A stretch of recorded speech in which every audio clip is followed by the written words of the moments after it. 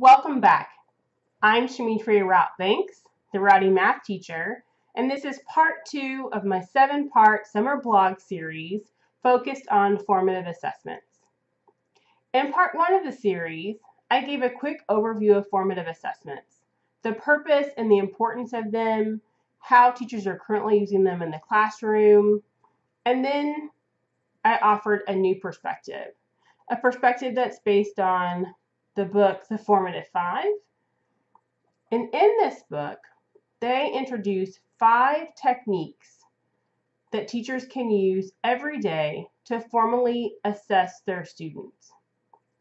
These 5 techniques are in many ways simple, but very powerful ways to better understand what our students know and understand about the content and skills that we're teaching.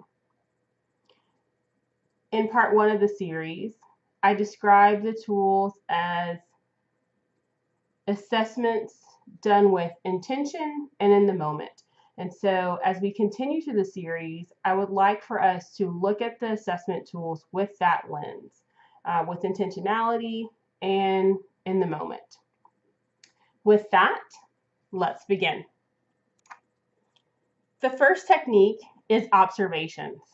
And I know what you're thinking.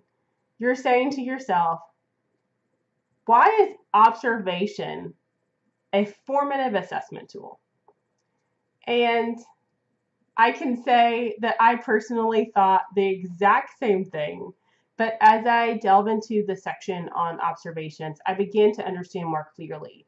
We make observations about what our students are doing all the time, but we don't always formally record the observations and then take that information and do something with it later. We often kind of file it in the back of our minds and then maybe utilize it later or maybe utilize it in the moment, but more often than not, we take those observations and just file them for use later. In this case, we're going to take the observations and we're going to use them and do something with them immediately. So how are we going to do this? We're going to plan for it.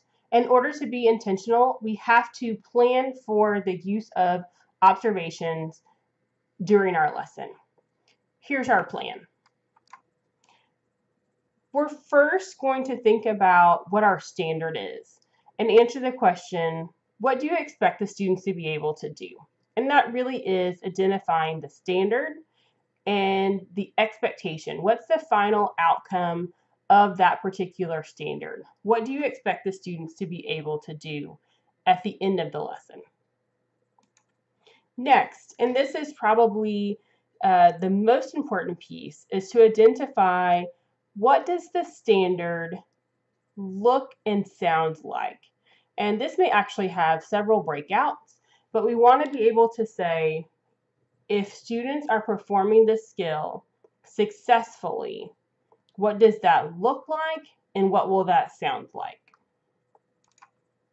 Next, we want to dig a little deeper and think about what challenges we foresee the students having in regards to learning that skill or piece of content.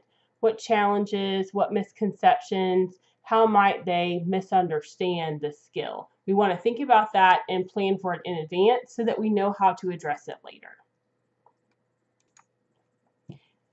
And finally, we want to consider how we would create a formal record and provide feedback for the observations.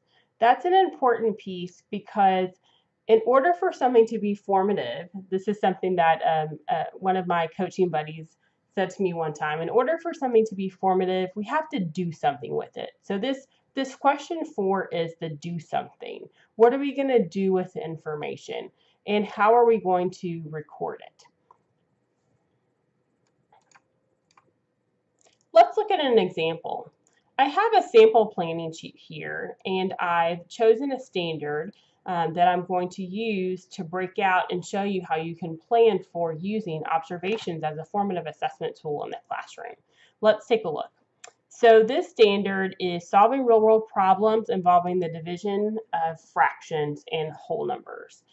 So that's the standard.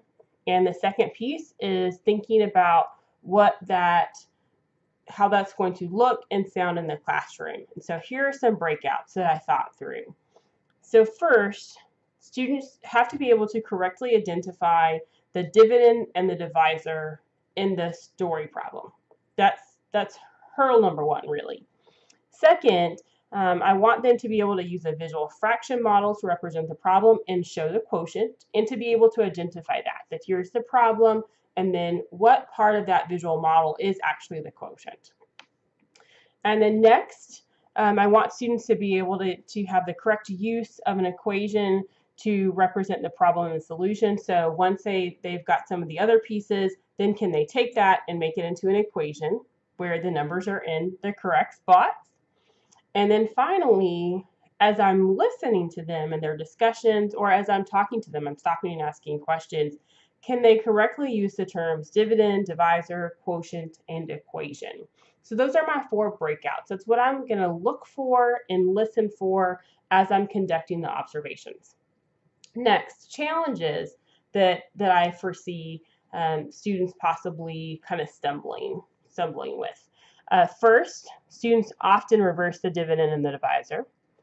Next, students will often use the wrong model, not knowing whether it's a partitive problem or a quotative problem, so they will represent the problem incorrectly. Next, students will often misunderstand the whole in the question and what division of fractions. That's super important that they're able to do. And then finally, students will often use an incorrect procedure. So there are, of course, many shortcuts and procedures that students use to do some of the fraction operations, and so they oftentimes will confuse those and use the wrong procedure. So then finally, what am I going to do with this? How am I going to record it? So I'm going to record it using a checklist, and I'll show you an example of that in just a moment. So I'm going to use a checklist. As I walk around and I'm watching students, I'm just going to be checking off what I see and kind of focusing in on students when I want to see something, or I'm not sure if I have seen it or if they've got it. And then finally, I'm going to collect a few of the problems and use the My Favorite No technique, which is one of my favorite tools to use in the classroom, to highlight an incorrect problem and ask the students to help give advice on how that problem could be fixed and completed correctly. So here's a sample checklist. And you can see I just have student names on the left side, and then I've got some of those, and I didn't actually show all 4 of the breakouts, but I've got 3 of the breakouts across the top, and then I've got check marks. So as I'm walking around the classroom and listening to students or watching what they're doing, then I can check off things that I'm certain that they're able to do. So what's next?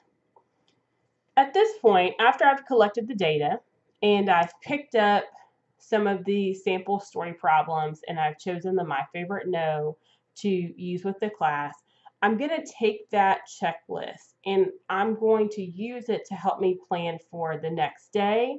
I might use it to help me pull a small group later in the day. I might use it to help me decide what types of story problems I need to choose the next time, especially if, and this isn't on the checklist, so this might be something where I have notes at the bottom or on the back, or have some post-it notes attached to the page where I can make some other observations that are above and beyond the checklist. But I might make some notes on what problems the students are struggling with most, and then include that in the next lesson, or include that in my station rotation for the next week. So I'm going to take that information and I'm going to decide how it's going to best help me plan for the next lesson, plan for the next segment, or plan for how to support some of the students that aren't mastering all of the steps.